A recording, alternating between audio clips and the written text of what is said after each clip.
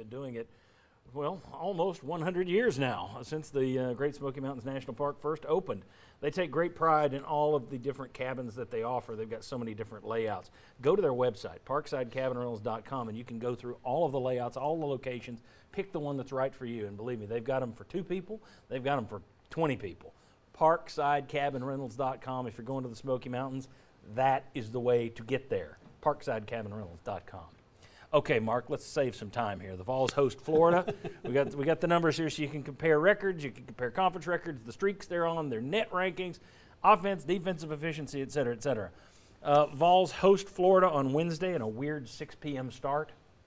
Then, although that's better than 9 o'clock Tuesday, then they travel to number 23 Texas, where Rick Barnes was the coach for 17 years. What do you expect this week versus Florida and Texas?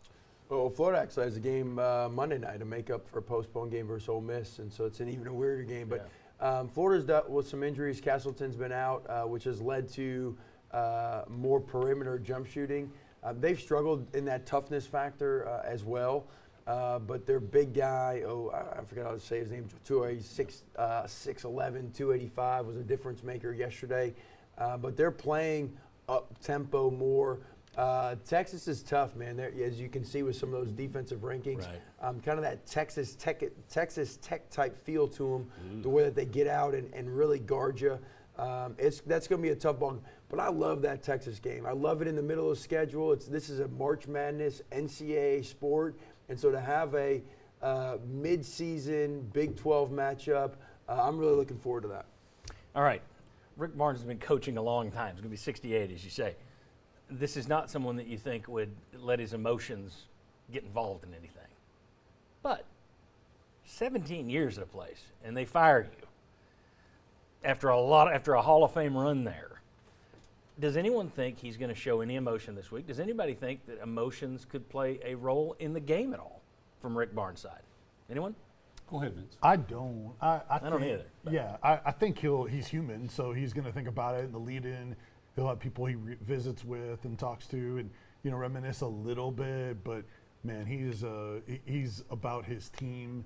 He didn't want to play this game for a while because he wanted to separate from the emotions of his time there. So I don't think it's going to impact this team in this game. And how did it turn out once they said Rick Barnes hit the road? It didn't work out great for Texas. Right. So he's going back. I mean, it's almost like you don't even remember where you live. It's been so long ago.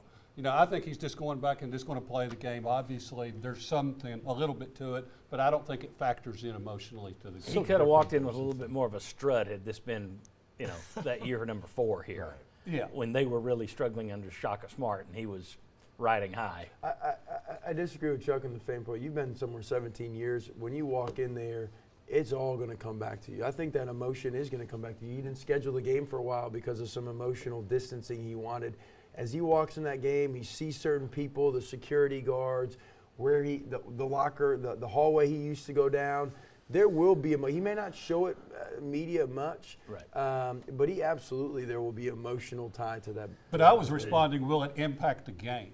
It may impact Rick Barnes. You can't, he's never wrong. You have to remember this. He's never wrong on anything. But I mean, I do think I just don't know if he'll show it. Right. I think, Pearl was a guy who would walk back in and get teary-eyed. I don't know. There would be other guys who would be more likely to get a technical because they really want this game and they're fired up for it. I don't think we're going to get that. I think he'll talk post-game about, I put money on Chuck, he'll talk post-game about how much the place means to him. I think he's that type of person. He'll talk about it in post-game, win or lose, about how he loved his time there and the people there. All right, I tell you what, we're going to take a break here. David, you didn't get to speak in that round, but you're going to get to speak in the next one because we're going to talk NIL. Let's talk about this name, image, likeness stuff. Tennessee, a guy, I started to say a Tennessee kid. He was for, I guess, a day, and then he flipped to Texas. It's impacting here. Everyone's talking about it. It's a little bit of the Wild West right now. And somebody suggested I was a fearmonger. We'll discuss that next. Come on back on the Sports Source.